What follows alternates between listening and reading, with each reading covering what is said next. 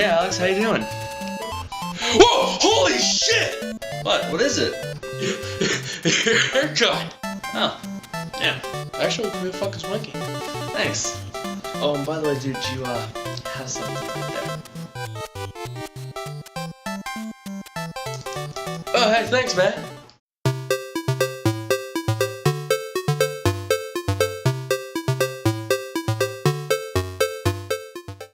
Alice, Madness Returns, a game about hatters, rabbits, and queens.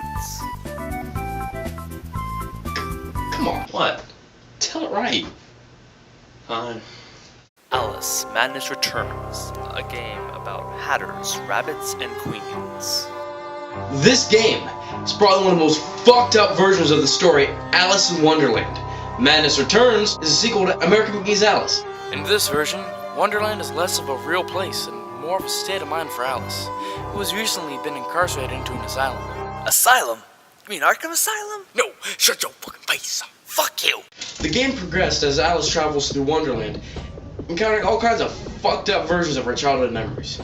From the mock turtle to the dormouse to, those guys. Alice Madness Returns takes place a while after the first game, where all sorts of things are going on. For one, everything is now in a papery cutout state. Who would do this to the world?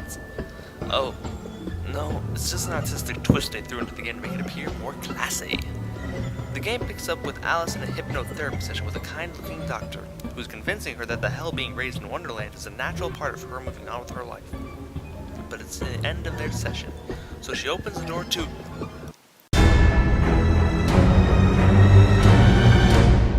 Yeah, for some reason Alice and the Doctor are the only two normal-looking people in this game. Everyone else is either very ugly or so disproportional that it's just, wrong. Okay, there are some normal-looking people besides them, like this guy with the mutton chops, this pimp, and this fish. Floppity floppity flop. If you're going to decide on character design, just choose one. Either abstract and diverse, or normal and composed. Don't fucking mix the two. However, you're pretty and important to the story. The rest of you are just extras who wander around beds. But on with the story, Alice has recently been having episodes where she once more returns to Wonderland. But not everything is all tea and crumpets there. A corruption of chunky ink and baby doll heads has been flooding Wonderland, killing its denizens and making everything really weird. Don't get me wrong, shit was already pretty weird in Wonderland, but now that you got these things waddling around...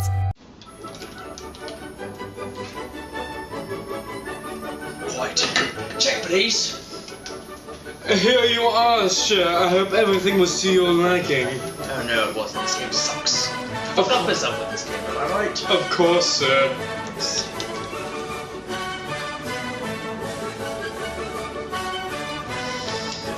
And there you are. Thank you, sir. You have a quite fine day, as we British say. Thank you, you too. So Alice enlists the help of some old friends and some old enemies. Including the Cheshire Cat, the Duchess, and the Mad Hatter to help learn the cause of this horrible baby-based plague. The answer? The March Hare and the Dormouse have constructed a train that is rushing through Wonderland and spreading the corruption as it goes! Then, wow! Everything's all papery again. It's still not exactly what I was hoping for in this game. So then Alice goes back to the world, something happens, and she goes back to Wonderland. In fact, this is how all of the chapters work. Real world, Wonderland. Real world, Wonderland. Real world, Wonderland. There and back again, A Hobbit's Tale by Bilbo Baggins. Honestly, it helps bring some order to this game. But the real world segments feel so sparse and out of place that it leaves you feeling like there should have been more of them. As for the chapters themselves, these fuckers are long as hell. Seriously, it's gonna take you at least a few hours to complete each of them. Where the fuck am I going? Fucking series that respawns me and then decides to go, hey, well, I'm just gonna put you over here on the other side of the fucking map. Hey, Ian, how far are you on the game? Yeah. How far are ya? I'm really sorry, guys. I'm only on the 4th chapter. It's long, boring, repetitive, long, boring. I'm sorry! No. What's long and boring, and especially lacking, is your conviction. You do not have the conviction to play such a game as awful and good as this game. Well, if the game's so good, why don't you guys just play it? Because it sucks! As Alice progresses through Wonderland, she begins to piece together the connection between the real world and the happenings of Wonderland. Apparently, the good doctor was an admirer of Alice's older sister back when they were younger. He was such a dedicated admirer that he snuck into the house at night and raped her, then killed her, then burned the house to the ground. The only complication was that Alice saw him sneak into his sister's room. The doctor saw to it that he used her forgetting him to his advantage and went about getting her into his therapy sessions to make her forget everything. A trade he had been using to erase children's minds until they were hollow shells and sold them onto the sex trade. Alice, however, slowly remembers everything and confronts him about it when he tells her that no one will believe a raving lunatic girl over a respected citizen, a doctor. She does what anyone would do. Pushes his ass in front of a train. Yep, that's under the magical Alice in Wonderland we all remember as kids. In fact, this game has nothing in common with the original story. The characters' names are the same, but there's such twisted versions of them that that's the only similarity. Let's say this is a bad thing, I actually like the new fresh taste that this has. Now, let's look at some of the good things about this game. Yeah, I want to talk about spoons. Good things. Spoons. Good things. Spoons. Good things. Spoons. Good things! Spoons! Good things! Good things! The artistic style of this game is awesome. The worlds are unique and bizarre, and really encompass what most people would imagine Wonderland to be like. There's a magical forest, a massive factory, a floating house of cards, and a dollhouse city. The characters are really impressive looking too.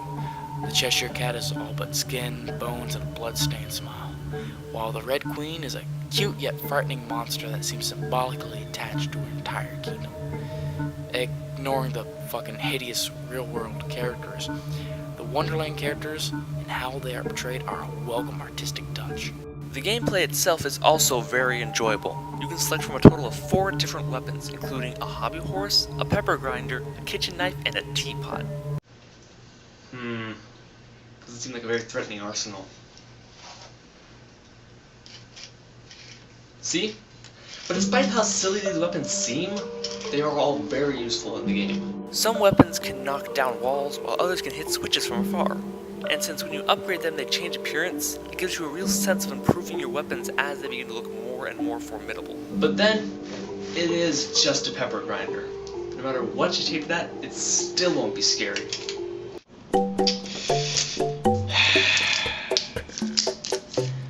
Still ain't fucking scary!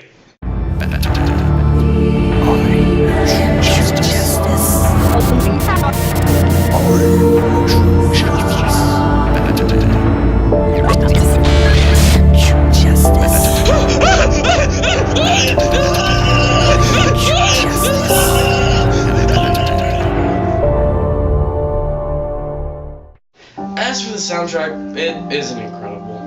I mean, it definitely fits the game and sets the mood for the levels. I mean, it's creepy, it's ambient, fits the game like a glove. As for the story, it's not incredible, but it's good. I mean, you got taboo subjects like rape, murder, and when put into a world like Wonderland, it just all works out. Unfortunately, this game seems to be nothing but good looks and sounds. Everything looks good on the outside, but once you get further into it, it's just not that good. Take Alice, for example. She looks great! She's got boobs and everything. Though I'll admit, not everything with boobs looks good. But her voice is almost monotone. Despite some of the fucked up shit that she sees, her volume never escalates or changes except when she does that. As for the gameplay, it is fun for the first 30 minutes. But this game's worlds are just too fucking huge, and they're not even hard exactly. The platforming throughout the game is less of a quick challenge like Super Mario Bros. And more like Super Mario Bros. Wearing cement shoes and having to travel 5 times farther than normal. It's not fun! It's not! Comparing it to the first game, there are ups and downs between the two. The first game had bosses, but this game didn't. It actually taunts you with a cool boss battle, but then nothing. Just more of those paper scenes. The only boss is at the very end, and while he's pretty cool, playing through this entire game is not worth it. One thing this game had the first didn't, however, is an understandable story. I remember playing through the first game and wondering, what the fuck is going on? I'm honestly still not quite sure. At least I know what the shit's going on in this one. So in the end, this game is a tedious pain. I'm done! I'm fucking done! I'm fucking done with this goddamn game!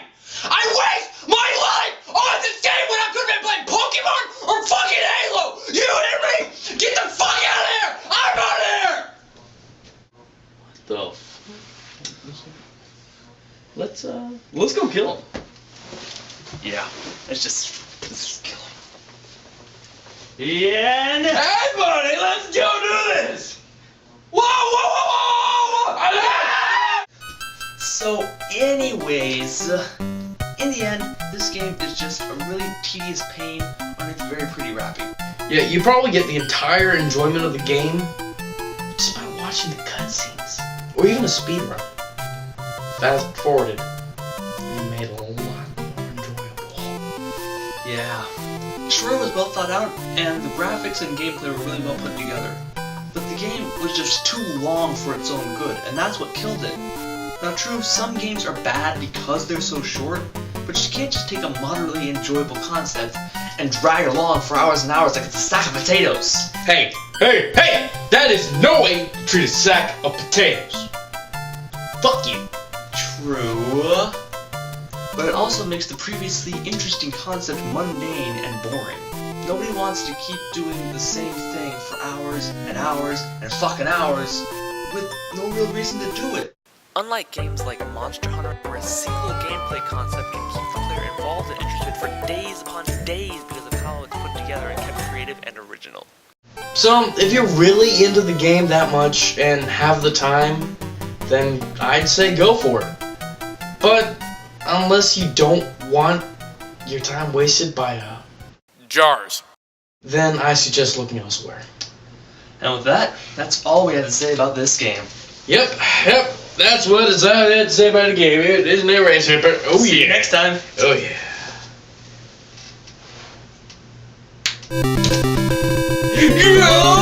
Hey guys, thanks for watching yet another episode of Mike and Alex. Be sure to leave a comment below telling us what you guys thought, and maybe tell us a video game you want us to do in a later video. Also, remember to hit that like button if you're feeling particularly awesome today. And if you're feeling even more awesome, you can show this to all your friends so they can find out what kind of fucked up person you are on the inside. Also, remember down in the description, there's a link to his Twitter and his art page. Yeah. Once again guys, we're really sorry this episode came out so late. We're gonna try to be much better from here on about making sure the episodes come out on time. But past that, I'm Alex! what? I'm Alex! That was good, right? I thought it was good. What? You don't say Alex before Mike. I say Mike first! Alright? It's Okay. Mike and then Alex, alright? I work on the Okay, show. Mike goes first. Alright? Okay. I'm Mike, And I'm Alex. and I'm gonna drink his hot sauce. Don't drink my hot sauce! Drink your hot sauce! No, no, no,